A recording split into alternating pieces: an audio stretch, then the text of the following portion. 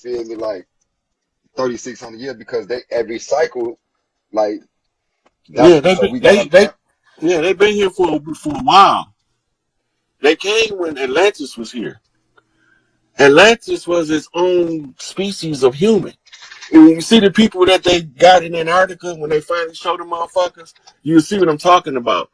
Their arms and legs are skinny and longer than ours, right? And they don't look as mammalian as us, but they don't quite look reptilian either. They look more like some kind of amphibian. But these motherfuckers psychic dynamos. Our psychic abilities will come back online in time over the next couple generations. But these motherfuckers so out cold that if they was nefarious beings, that psychic ability, they can make us pretty much do what they want because we haven't developed. It's like a baby yeah, learning how to walk. yeah, exactly, exactly. Not hey, that shit deep because like if it's like so when we done with the star constellation, you feel me? I mean the Andromeda galaxy, you feel me? So this where the insectoids, you feel me, come from.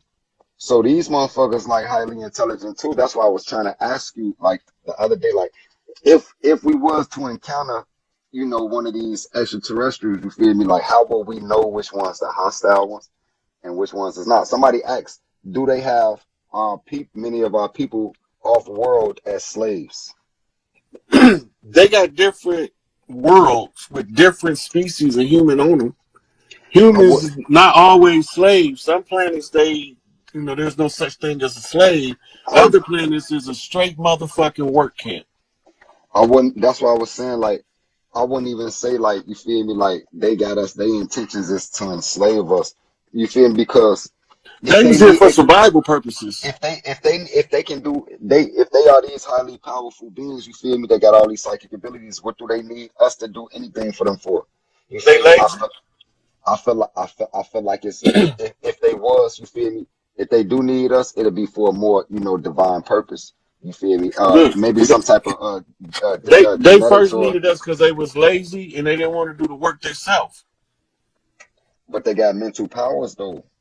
Right. So So they they use a mental power to create something that was gonna do the work for them. man, it's deep. So I mean, and I'm definitely familiar with the scriptures. You feel me? And then at least you feel me. The Anunnaki came from Nibiru. You feel me? To basically make they they made modern man, which is Homo sapiens sapien. I think they was dealing with like a Australopithecus or a Homo erectus. They spliced the DNA of a woman, ape woman, basically, and the DNA with the blood of the gods. And this is how they upgraded us our consciousness, which is Homo sapiens sapien, modern man. We can work, use tools, problem solve, things like this. And they upgraded our consciousness for us to be slaves. I understand it, but it's like when we dealing with these highly developed beings, you feel me? Do they really need us to slave for them? I think they need us for something else, though. They may need us for DNA purposes. You We was feel me? also entertainment. Maybe, This maybe. is look, if you really pay attention to Earth. You got every kind of motherfucking shit show you want to see going on Earth. All you gotta do is just watch this shit play out. And you're gonna be sometimes you're gonna laugh, sometimes you're gonna cry, sometimes you're gonna get mad, wanna punch a motherfucker in the face. You know what I'm saying? You're gonna go through all of the experiences you go to a movie to see by watching Earth. Mm, damn. No, somebody. So we got comments. Zaza, be quiet, bro. So yeah, we got questions, Joe. It's a lot of these. It's a few of these joints. So when we talking about building, I mean bending elements and teaching the kids to do the same. So most of us, you feel me, have had telekinetic experiences. You feel me in our life, and it happens when we kids. My first telekinetic experience that I can remember, you feel me, I had got suspended from school. Got a phone call from home. You feel me? School called my mom and I got suspended, so I'm already knowing I'm finna get in trouble. She finna tear that ass up when she get off work. So I get off the school bus, go in the crib. As soon as I get in the crib, I was mad as hell because I'm thinking she finna be in the house, like screaming and shit. So wasn't nobody in the house though. So I drop my book bag at the door, and I walk in my room, mad as hell, a little ass boy, mad as hell. As soon as I walk into my room, the door slammed behind me, and I know for a fact I ain't pull that door, but I ain't think of it nothing at that time. You feel me? Because I was, but as I look back on the experiences I had, you feel me? Those were telekinetic experiences. You feel me? When I was in school, when I was in like fourth grade, I used to talk too much. I used to be one of them kids that used to talk a lot. So my teacher always separated my desk. She put my desk up by her desk. You feel me?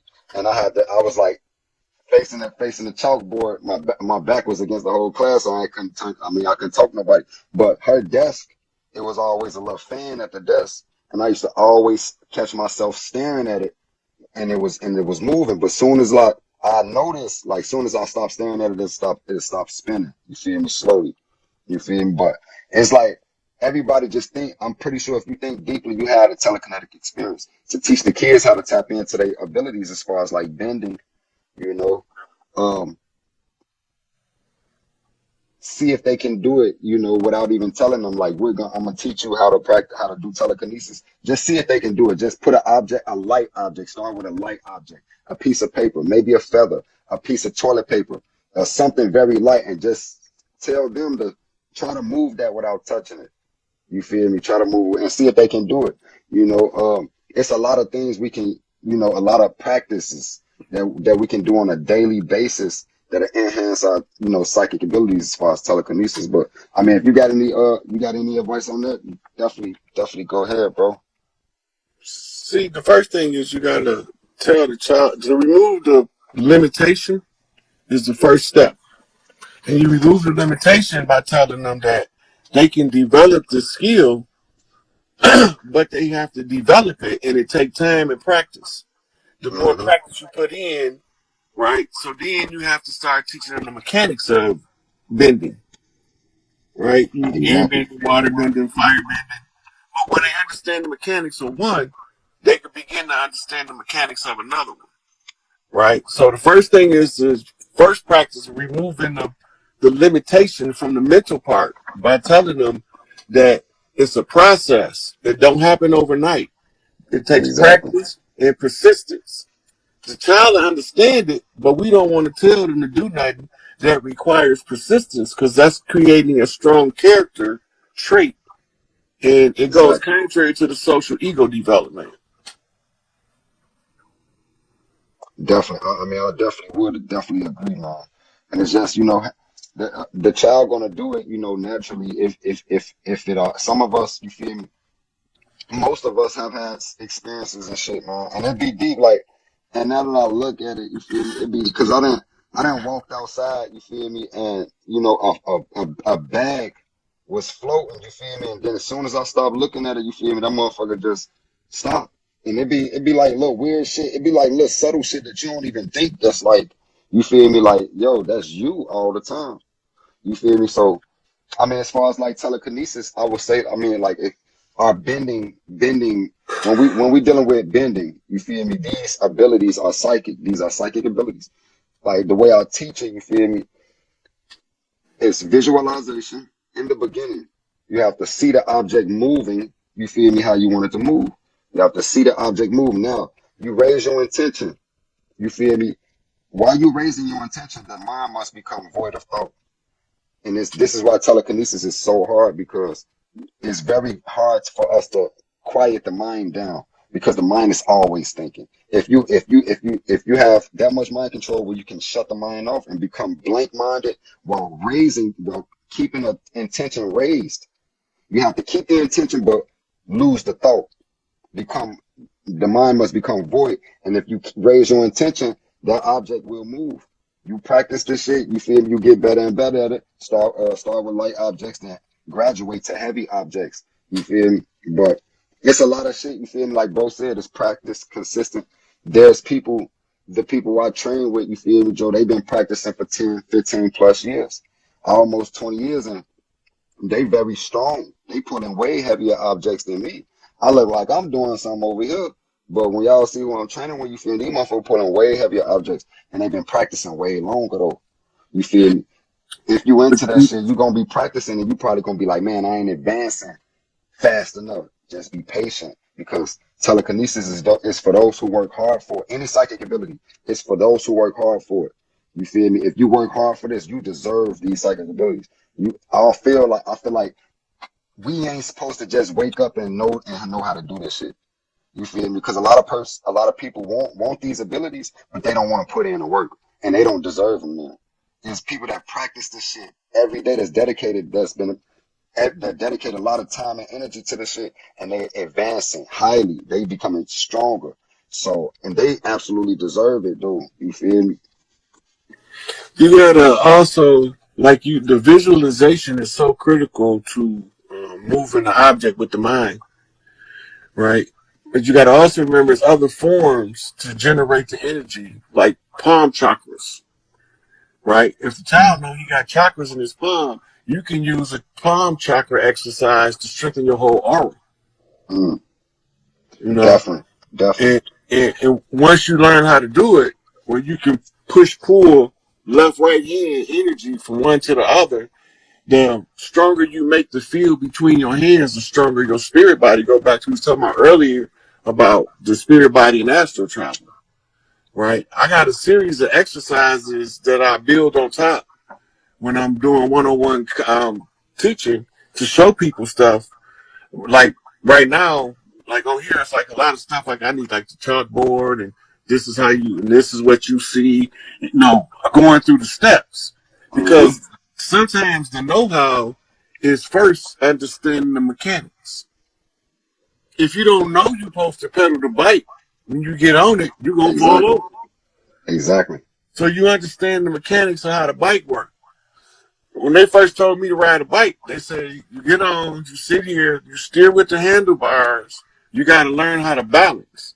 But you pedal to move forward, you push backwards to push brakes, right? Mm-hmm. Then they put me on the motherfucking bike and roll my ass down here. Mm. Mm. And I crashed Right. 1,000 times before I learned how to ride. But guess what? Didn't nobody ever entertain the idea or the philosophy of some shit called quit. Mm. Exactly. It I ain't took no it quitters. took It me ain't some none of years that. to learn how to ride a bike.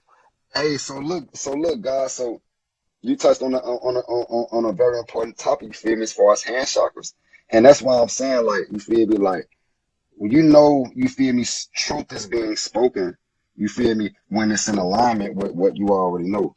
So it's like the way we teach. You feel me? Joe, telekinesis. You feel me? When I get one-on-one consultations, I go in depth, and hand chakras. You feel me? A lot of us we can use the hand chakras, but a lot of our hand chakras are blocked. The hand chakra, and we have to reactivate the hand chakras. I teach how to reactivate the hand chakras, and also how to project subtle energy from the hands, because the hands is a conduit for releasing subtle energy. Subtle energy is the energy that can't be measured, but you know it's there because you can feel it. And this is it's in the palm and the fingertips. So, but a lot of us, so in telekinesis, a lot, bro, when if I'm a little rusty and I got a lot on my mind or whatever, I'll be sitting here trying to move an object, and it won't move because my hand chakras is blocked. So a lot of times you feel me, I do a quick practice. Shit. I do a quick practice how to activate the hand chakras, and it's deep because you can use this same practice for healing purposes as well. You feel me, Joe? Motherfucker got sore back or anything. This this this is subtle energy. How to create subtle energy. I'm pretty sure people know about the chi ball, but I activate the hand chakras, and it's a process. You feel me? It's very quick. What I do is take the thumb, do like that for like 10 times. On each hand. 10 times. If you do it, you'll notice too. Matter of fact, if y'all in the comments, try this. I want you to, I'm finna release your subtle energy.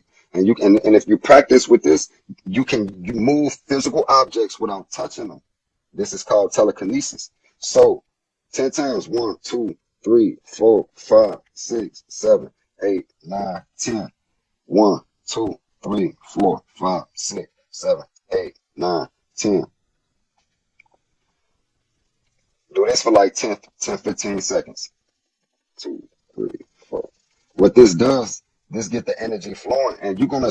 This ain't no pseudoscience. You're gonna feel the energy in your hand, and you're gonna be like, "Yo, I know I can utilize this energy," and that go to a different part of the, you feel me, of the breakdown. So after you do that, you want to face the palms forward and twist the wrist like this. That's it. After this, do this for like 10 seconds. That's it. I can feel the energy in my hand right now. This is great for healing purposes and telekinesis. It may be great for other things too. You're going to feel a tingling sensation in your hand. All in your palms is going to be like pulsating. You feel me? And your fingertips is going to be tingling. Your palms is going to be pulsating. And once this is how you activate the hand chakra. Like my fingertips, they feel like, it ain't even like an uncomfortable feeling. It just feel like you feel, I know it's energy there.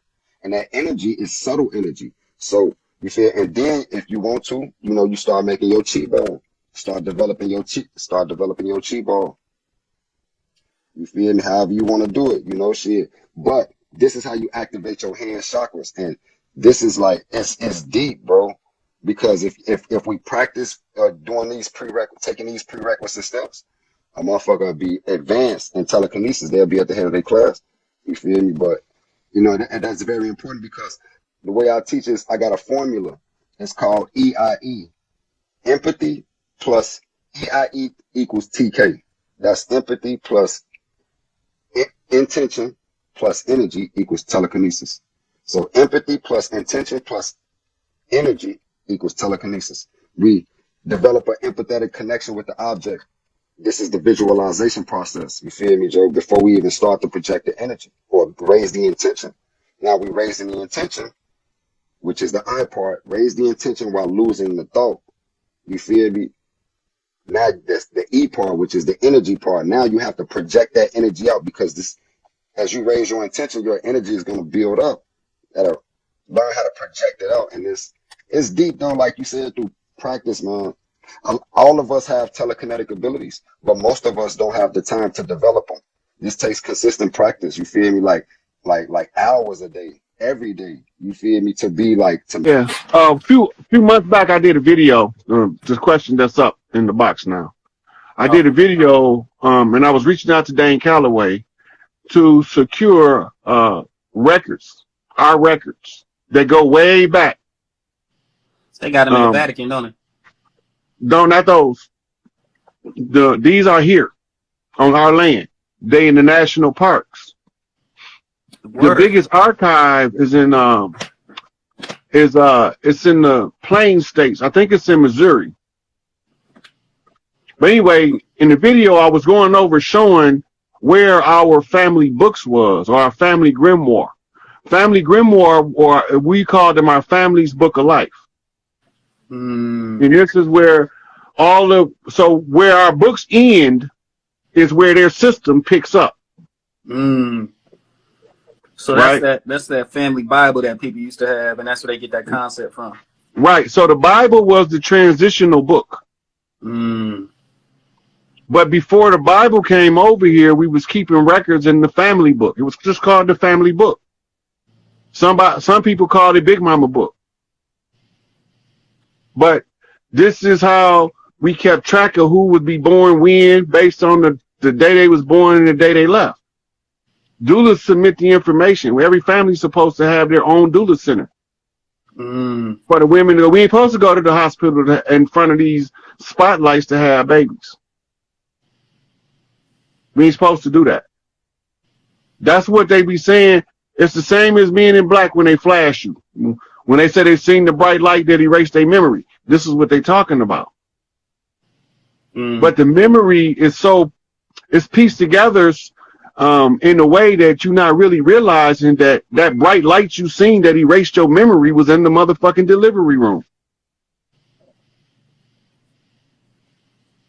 That's wild. Yeah, me and my girl, we keep talking about just making sure we tap in with a doula, because it's really unnatural when you just sit down and think about it. they got us doing a lot of unnatural stuff. Even the toilets we sit on.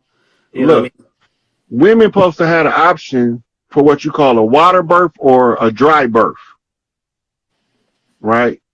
The ones who brought Admiralty law is called a water birth or a dry dock, right? So it's still the same thing, but they took control of our birthing process. They switching our babies, and as children, they know who they is and who they when they steal your baby when it's born, make sure that while your wife incapacitated, they don't switch the baby out with a dead baby and tell her it was still born. Well, at this point, they know where they sending this baby. They know what family, because they doing this nature nurture experiment with the human. Been doing it the whole time, part of the eugenics program, right? We blazed the shit out of Margaret Sanger stinking ass about eugenics, right? But the eugenics doctrine was written by Enki for the purification of the blood of the righteous. And right? they flipped it like everything else. Yeah, they turned it around and used it backwards against us. I hate to keep bringing that that goddamn show up, but Lovecraft Country, boy, that's just it's all in there. It is. American Gods too. Yep. It's all in there. Yo, Orlando, that's what they made those. Yeah, all that was to show you who we was, and that all of the masters that's ever been on Earth is in America, born in America during the close of the age to close this shit out.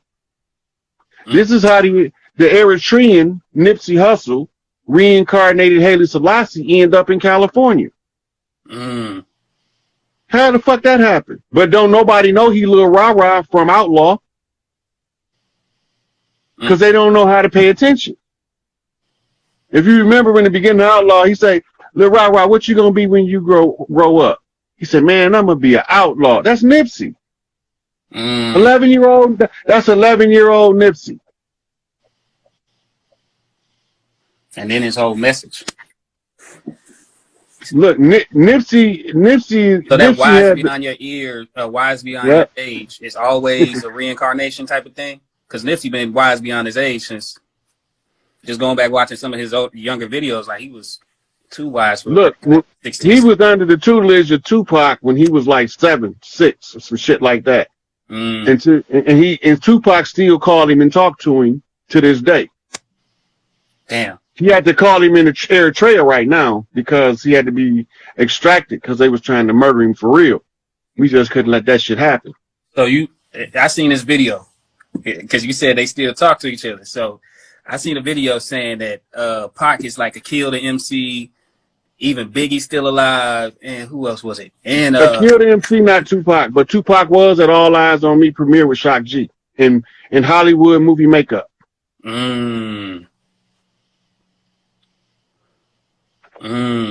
Yeah, and then the last one was Eazy-E. Those three, it like showed a video of those three together randomly. Some all in where they say Tupac. Eazy-E was one of the chiefs, one of the chiefs from the West Coast. His number is 88. That's the City Queen. If anybody do something to Eazy-E for real, if Eazy-E, they not finna kill Eazy. That'll make their whole fraud be exposed instantly. When the 88 City Queen, that means that he got the blessing of the High Queen on the land. Right? So they can't touch him. He's one of the what you call untouchables. You can kill him, but it's going to be severe consequences if you do. And if you the opposition, you know you're not supposed to kill him, so you're going to try to get one of us to do it. Right? And that's how they've been getting away with it, because they've been using us to kill us. That's a good question, Temple by Nia. So she said, so every person was a chief or something close. Basically, if you make it a celebrity status, you've already. Yeah, so all of these celebrities that come out of our community was the chiefs in going undercover.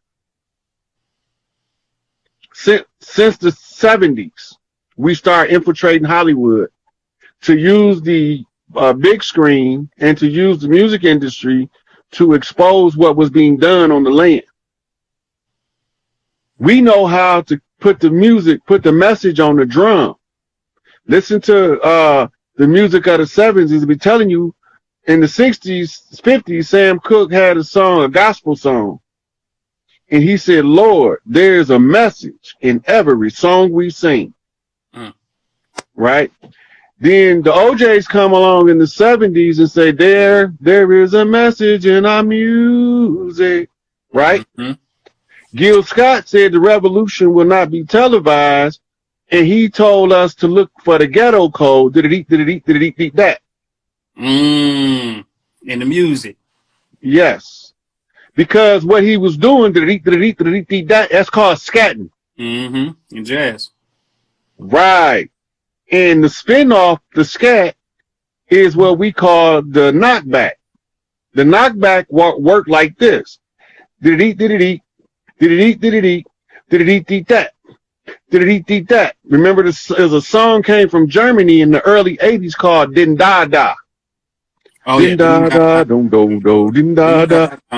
Right, that's the scat on the ghetto code. Why is this fucking German using our ghetto code coming from Germany, making that shit into a hit over here?